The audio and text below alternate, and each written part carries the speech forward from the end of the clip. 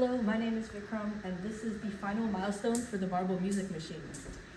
I lost the marble. As you can see, this has progressed a lot from milestone 2. I added this ramp over here, which sends the marbles through the conveyor belt into the actual distribution system.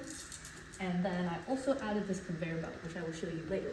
But if we start from the very beginning, just a full run through on how this works, you will see that at the beginning we have a bunch of buttons.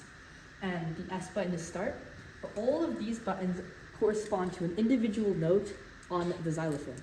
So you press button G will play. This button, which is marked with the question mark, is the button for curious people. It actually loops continuous playback. So if you press the button, it will play forever, and then you press it again, it'll stop playing forever. I have this handy little screen to tell me what's happening. When I press this, it'll say enabled loop, which means that loop has been enabled, and I can press it again to disable loop. Either way, we have to press S to start recording, so you can see it says ready to record. And then we can press the buttons. Now I'm just pressing them in a scale for now. And as you can see,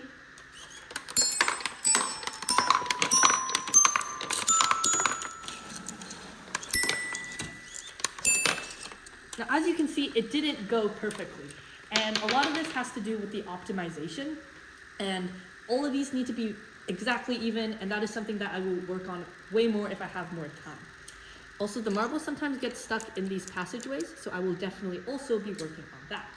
But other than that, it can really play whatever you want. If I play, I can even play chords, like that. That did not sound great. But it can play chords, it can play notes at the same time. But then what happens once these marbles go down into the xylophone? They come into this collection chute where they go into the marble lift. Now right now you can see the marbles, I have not activated the marble lift, but as soon as I activate it, it starts turning. And if you come on this side and take a look, you'll see the marbles are indeed moving up. Yes, they are moving up, but quite slowly.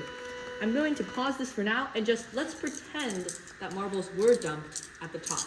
Now, this area right here is the area that spreads the marbles evenly, so I'll dump about 10 marbles, and they should go through the system and go into multiple different chutes.